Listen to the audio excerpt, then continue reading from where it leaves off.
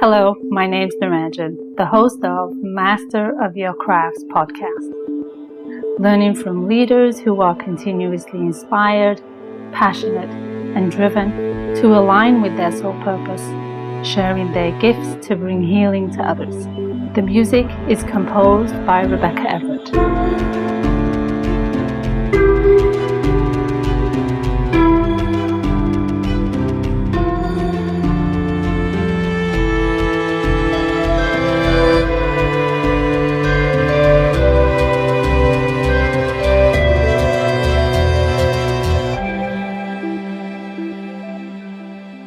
Today is episode number 96, and I'll be talking to Jeff Ostroff, who has worked in marketing and communications, handling anything from speaking engagements, training programs, consulting and writing, interviewing people and newscasts, to being the party DJ and even an event host. He's served clients in a variety of industries and in multiple countries. In recent years, Jeff has become the host of two podcasts, Healthcare on the Horizon and Looking Forward Opportunities for Career, Jobs, Business, and Investment Seekers. He's also a co-host on another podcast about macular degeneration. In addition, Jeff's a podcast creator, producer, trainer, consultant, and columnist, a voiceover talent, and a B2B and B2C interviewer for businesses looking to promote their companies or better understand their prospects and customers. From time to time, Jeff also hosts and facilitates events. He is also the author of the Prentice-Hall Book, Successful Marketing to the 50-Plus Consumer. Hello and welcome to Jeff. How are you, Jeff? I am doing fine, Niranjan. Thanks for having me on the show. You're very welcome. I'm excited to get into some of the details of your extensive background in entrepreneur, marketing, communications, and social versatility. Ooh, okay. So I'm interested to learn more about that, but also from all of what you have learned and gone through life, what do you believe about yourself and how does it define you? Wow. Well, what I believe about myself is that apparently, more than I realize, Niranjan, I have to keep somehow involved in some sort of business or entrepreneurial activity, no matter what my age. And I say that because I, quote unquote, retired from a career a few years ago, and I thought I had everything well planned as to what I would do after that. And what I thought was, well, among other things, maybe I would have a part-time job. Mm-hmm. And that didn't materialize. And for the first few years, I did a number of things, all things that I had thought I would do. But one thing that I hadn't really banked on is that I would get involved in a second career, not a part-time job, but a second career. Now, I'm not doing this second career necessarily 60 hours a week or even 40 a lot of the time, but I probably push close to 40. And that was a great surprise for me. It started with voiceover work and the creation of a studio on the third floor of my house. And since then, it has blossomed and evolved into other things as well. So I guess to answer your question, I learned that I can't just sit and read books. I'm a very social person. I like my privacy, but at the same time, I need to be engaged in something, and I have apparently more curious of a mind than I ever fully realized. Did that answer that question? It did too. It did too. And it seems like you are more surprised about the outcome of that question than I am. Well, yeah, because I will admit that there are times, Niranjan, when I am really pushing the buttons very hard, meaning I'm really into stuff. And it gets to the point sometimes where I say, like, back off for a minute here. Like, you decompress for a second. Remember, you don't have to do any of this anymore. Why are you doing this? So, Mm-hmm. yeah, I really didn't think that this entrepreneurial spirit, which actually manifested itself when I was a little boy, I didn't think that it was still there because it didn't have to be. Hmm. But you engaged it. Yeah, I engaged it because it's just a way that my mind works. I am a curious person. I like creating things. I enjoy meeting new people and want to be a part of something that might be new in some way or different. And that's kind of what I guess I've done several times in my life when I look back on it, but I just didn't think it was going to continue. That's so interesting. The more we learn about ourselves, more experiences we have, we get really surprised as to what really shows up, huh? Absolutely. Absolutely. And I'm going to tell you, as long as my mind is working, I'm going to keep on learning. Years True. ago, Naranjan, when my expertise was much more focused on people over 50, and I wrote a book about that. I used to consult and speak, and I still do a little bit of that, not the speaking, though. I used to say, and it was really more a question of how I emphasized it. I used to say, people who are over 50 don't want to grow older, they want to grow older. Mm-hmm. And here I am over 50, and Mm-hmm. it's absolutely true for me. I want to keep growing, Mm-hmm. Okay. really. And growing for me is in part about being intellectually curious. So, what do you feel is your calling? Is that part of your calling or one of your callings in this life? Yeah, I think I think my calling is to try to stay aware of some of what's going on in the world around me, try to make some sense of it, but mostly it's to bring positive news and hope to people in whatever small way I can. Because not unlike other times in history, we are living in some very challenging times. And when you have as part of that a media that tends to build itself around often, this is a generalization, around bad news, people get very much flooded with all this horrible stuff that's going on. And I'm not denying that there's horrible stuff going on. Mm-hmm. And so, what I think might be my calling at this time wasn't necessarily my calling 10 years ago, Mm-hmm. is Mm-hmm. to try to bring attention to shine a light on some really positive things that are out there. And when I say positive things, I'm speaking in this case, given the context of our conversation, more specifically about the two podcasts that I created. One which speaks all about opportunities for job, career, business, and investment seekers. It's called Looking Forward. Its very name is positive. I'm looking forward to something, but I'm also looking into the future and with hope. And Healthcare on the Horizon, which is my new baby, which is where are things going with the prevention, diagnosis, and treatment of specific diseases, which again, even though the diseases themselves, such as dementia and ALS, Lou Gehrig's disease, or whatever other name it's called, on the surface, they're very depressing topics. But in learning about them and sharing the learning with others through the podcast, we see that there is hope. Things are actually happening. Now, they may not happen fast enough, sadly, for some of us, but there are things going on that are very hopeful and positive. And so there's reason to feel more upbeat about what might happen in the future. And in some cases, that future isn't that far away. So Right. maybe that's my calling.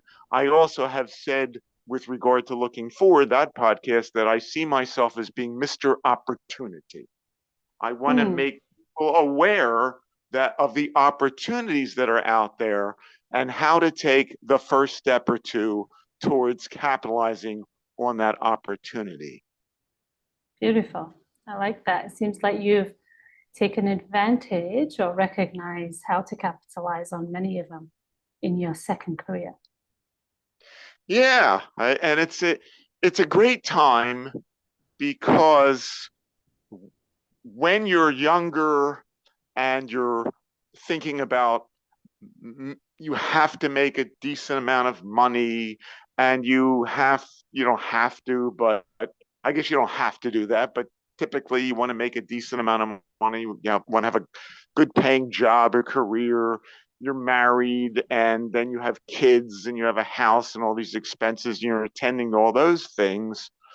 You're not necessarily, unless you're one of the few unfortunate, Naranjan, you're not necessarily in a position where you can really focus on doing the things that you truly love to do, even if they're not going to make you the next Warren Buffett in and of themselves.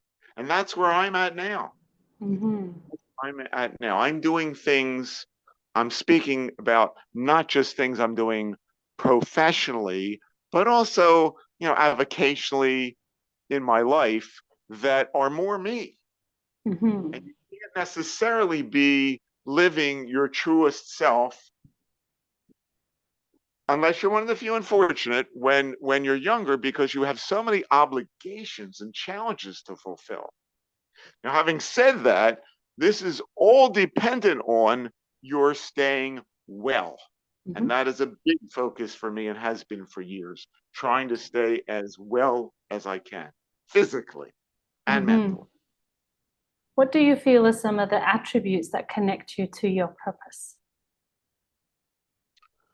I think I have a very enthusiastic personality. I think I have we've touched on this, a curiosity Mm-hmm. about people. Yes. I often will say that when I talk to Naranjan or anybody else, and I'm speaking about myself, I'm not learning very much. Mm. But when I listen to what Naranjan has to say or somebody else, I'm learning something potentially new and different or interesting, which Mm-hmm. can then be something I might apply, or maybe something I share with somebody else. So a curiosity, I think, is one of my own personal attributes. The, I also find myself to be a very sociable person. Mm-hmm. I, in many cases, clearly I wouldn't say in all cases, I'm the kind of person who could walk into a party, assuming it's not a cliquish party where all these people belong to some entity, and I would never see myself as being part of that entity. Right. Although I could probably fake that. But I'm the kind of person, which apparently I learned was different from a lot of people. It always came naturally to me. And that's an important point we might want to come back to. I can walk into a room and know nobody and have no problem starting a Mm-hmm. conversation. Yes. And basically, the conversation wouldn't be so much about Jeff, it would be about the other person. Of course. Yes. And a great influence on me to become that way is I read a couple of books by Dale Carnegie. He's one Mm-hmm. of my, I don't have many heroes. Dale Carnegie and Mr. Rogers are right there at the top, probably two of the list. Abe Lincoln would be also in that list. I don't have, Mm-hmm. but Dale Carnegie influenced me to really focus much more on other people's desire to be heard. Yes. I'll leave it at that as far as, what It's beautiful. informs or is a factor in my what I'm doing and my calling Yes. and all. Yes. It's beautiful. It's great. And there's some pretty powerful books. And I'm sure have been the influences of many others. I know Yes. I've read a few of those too, and yeah, there's definitely been some shifts there for sure. Yes. No doubt. So, with your curiosity and desire for change and your entrepreneurial spirit to be growing and expanding and continuous experiences of life, what's the intentions you have with your crafts? My intention is that I want to get the word out to as many people as I can about the information that I'm putting out there. That's on the one hand. So there I'm just talking about the two podcasts. I also co-host one on macular degeneration. By the way, it's called My MacD Life. That's a Okay. different kind of a podcast. It's not one I created. I'm just a co-host of that. Mhm. So on the podcasting side, in terms of actual podcasts, I want to get the message, the word out that there's some good stuff out there going on, people. And if you weren't aware of it, I want you to now become more aware of it. And if it resonates with you, to take that first step to do something about it and to give you hope, whether it's in the healthcare side or in terms of jobs, careers, investments, businesses, etc. In addition to that, I have services that I provide, and I want to, in my craft, which that might be as much of a craft as the podcasts are, I want to demonstrate my capabilities to the individuals or businesses that are in need of the kinds of services that I provide. I take great pride in the work that I do. I think that's been consistent throughout my first career and now in this career. And so I want to help people. I've always had a strong desire to help people. I have spent quite a bit of time either working with, or if you consider the government, for nonprofit organizations. Mhm. So deeply within me, a desire to help not only for profits, but also nonprofits. And so I feel like there are a lot of things I'm not good at, a lot of Mhm. things, a few things that I think I'm pretty good at. And I want to do the best that I can to make whoever might benefit potentially from those things become aware of them, have them hire me to do work for them, and then put out a good product that they will be pleased with and that they will then refer me to other people. Right, right. And I'm sure you have a number of clients or past clients who can vet what you have done to qualify you, I guess, to a certain degree in terms of future potential clients and customers. Yeah, so on my website, to that point, there are testimonials Mhm. about the work that I've done from various people, and depending on the kind of project it was. And while I don't typically use it anymore, I have a very nice resume from my first career that has a lot of that stuff too. And of course, my Mhm. book, there were testimonials on the dust jacket of that. Mhm. Mhm. Absolutely. So what's next? I know you're in the second career. You've got two podcasts and a whole bunch of life experiences that I'm sure can be leveraged and shared with an abundance of people, which no doubt you're already doing through the podcasts and your books. What else is next for Jeff? Well, one thing, I mean, there's a lot. I've got so many ideas. I've got podcasting ideas.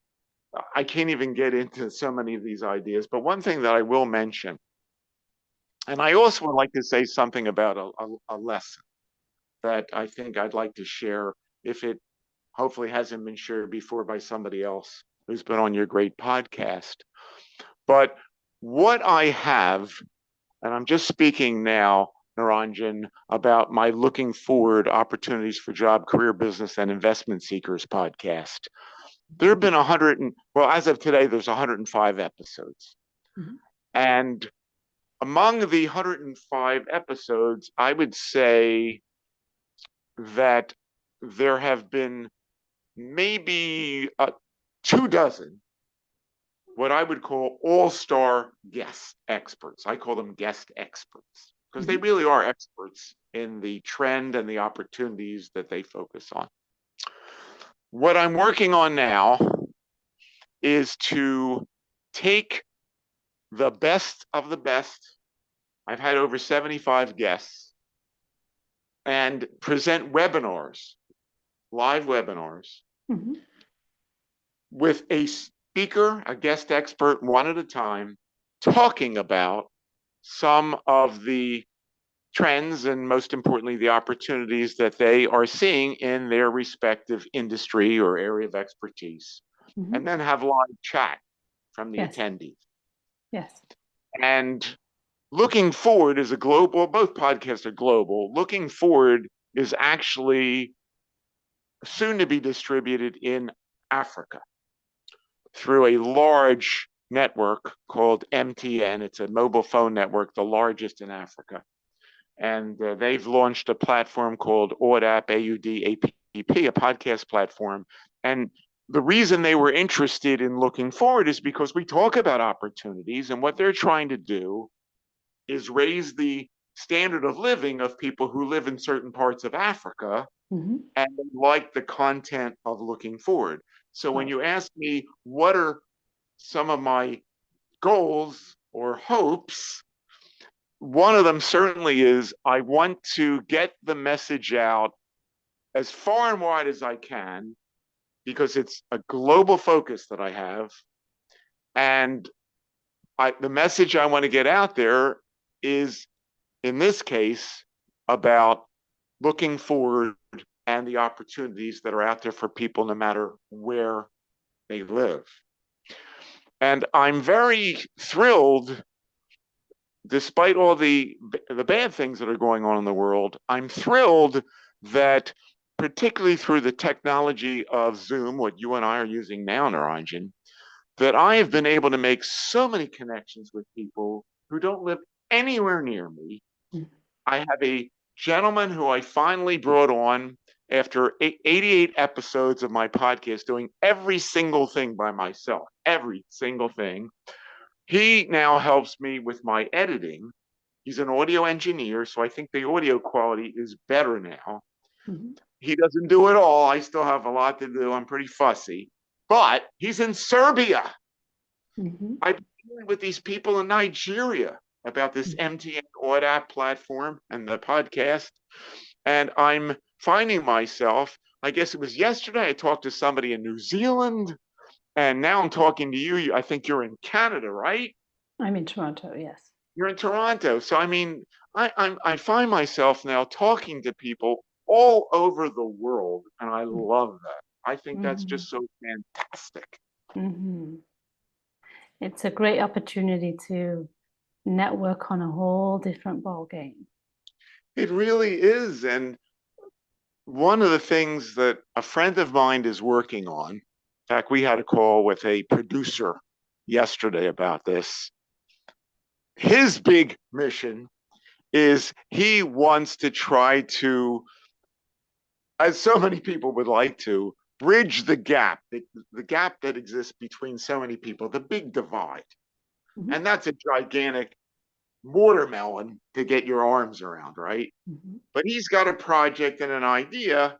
And again, I feel like when I'm having these conversations, particularly on a video platform, it's nice on email, but it's not the same. I'm seeing people like you, and I'm seeing other people who live literally 10, 12,000 miles away from me. And we're having these conversations. Fortunately, they speak English because I don't know their language. Of course, if the guy is in New Zealand, it's not an issue. But the guy in Serbia, he knows English. And I just love it. I just think this is another way of bringing the world closer. It's, it's globalization in its probably best form. Absolutely. And we have the opportunity to leverage it for the greater good. Yes, we do. And I want to make sure I say this because I think it's so important for your listeners to hear this. I alluded to this, and I'm hoping I'm the first person to say it, but I may not be.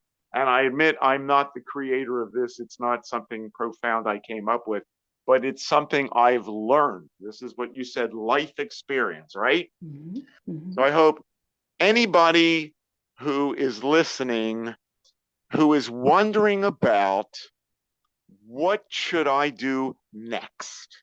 Like you're asking me, right? What should I do mhm, next? And we're all in different positions and at different points in our lives. Our statuses are different. So it's hard to say that anything is universal. But one thing that I would say is so important, and it really relates to me, Niranjan, is I found myself after I retired reconnecting with things I did as a child that mhm, I loved to do as a child, that I did naturally as a child, mhm, that nobody, my parents, nobody else had to say, practice your piano. Like you hear about that, practice your piano, right? mhm, What did I do naturally? Well, a couple of things I did naturally. Actually, I could throw in something kind of entrepreneurial too. There were two things particularly that I did, and I want people to think about this for themselves. This is not about Jeff. I'm just giving you an example. I naturally would announce things. So I had this big bottle of hair tonic. The brand was called Vitalis. I mhm, don't think it's been around for years. And that was my microphone. And I would mhm, be in my room announcing all kinds of imaginary baseball and football games because I was big in sports and basketball and whatever. So that was one thing. The other thing related to that I naturally did was my dad, may he rest in peace, he bought a reel to reel tape recorder, a 7-inch reel to reel tape recorder, which they had back in the day, mhm, and it had a microphone. mhm, And I just naturally interviewed people. I mhm, interviewed my parents' friends when they came over. They all got a big kick out of it. To me, it was like, I don't know why they're getting a big kick out of it, right? I interviewed my friends. So those were things that nobody had to say, Jeff, go announce, Jeff, mhm, go interview people. And I took it for granted that they might be skills that I had. I didn't think they were much of anything, but my friends evidently thought that it was odd that I did these things because they weren't doing them, right? right. And the other thing, and then I want to make the bigger point, the other thing is when I don't know if I was 8 years old, 10 years old, we had in my side yard, in our side yard, what what I did create. It was maybe 5 or 6 holes in the ground, Mhm, and I turned that into an imaginary golf course, okay. and didn't even know it. I had one golf club, and actually didn't even realize it. It was a right-hander's golf club, and I always swung the bat left-handed, even though I'm right-handed. And I turned that right-handed club around so that the club face was more flat. Mhm, And I used that as a putter to putt this golf ball into these mhm, different holes. Soup cans in them. I put soup cans in these holes. Okay. mhm, I walked around my neighborhood and promoted Jeff's golf course for a penny a game, and you get a free game if you get a hole in one. right. And I just did that. I just did it. I like promoting. That's what I did. So the point is not about me.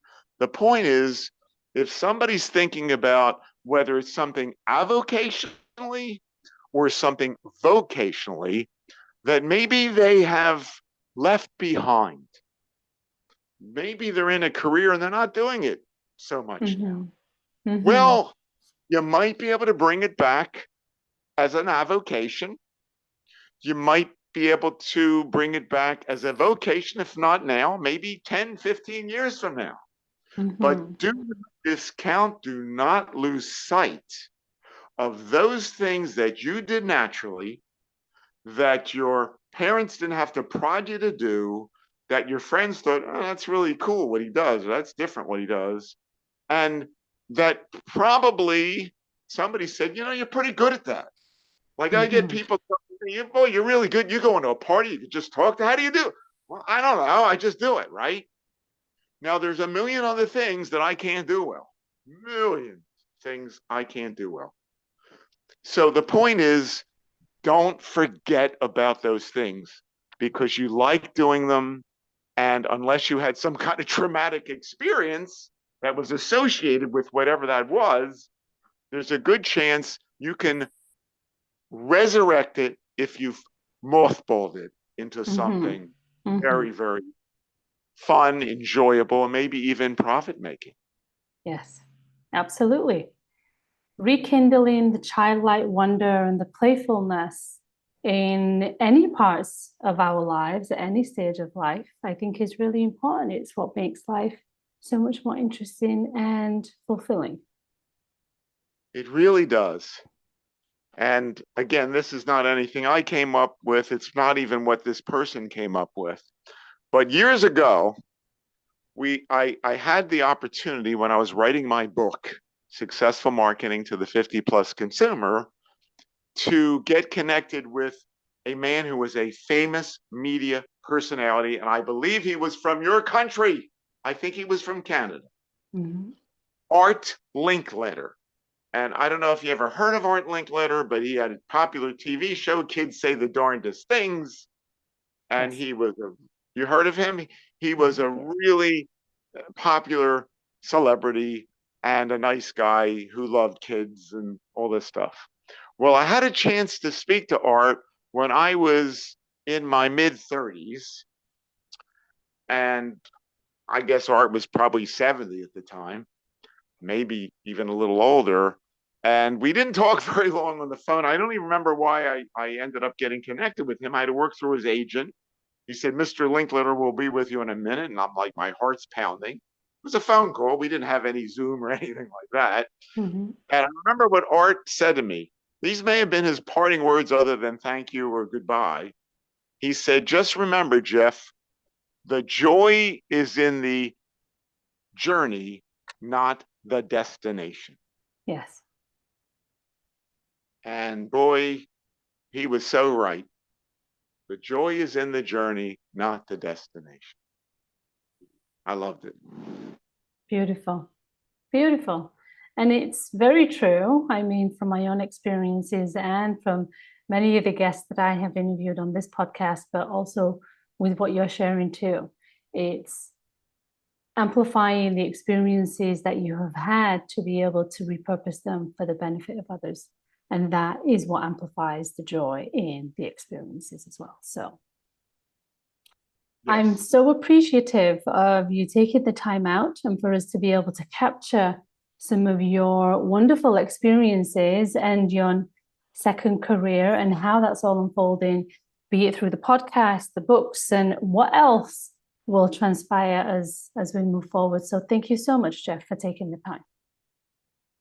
You're welcome. Thank you for having me on. It's been a pleasure and a privilege. I'm Naranjan, and you've been listening to Master of Your Crafts podcast.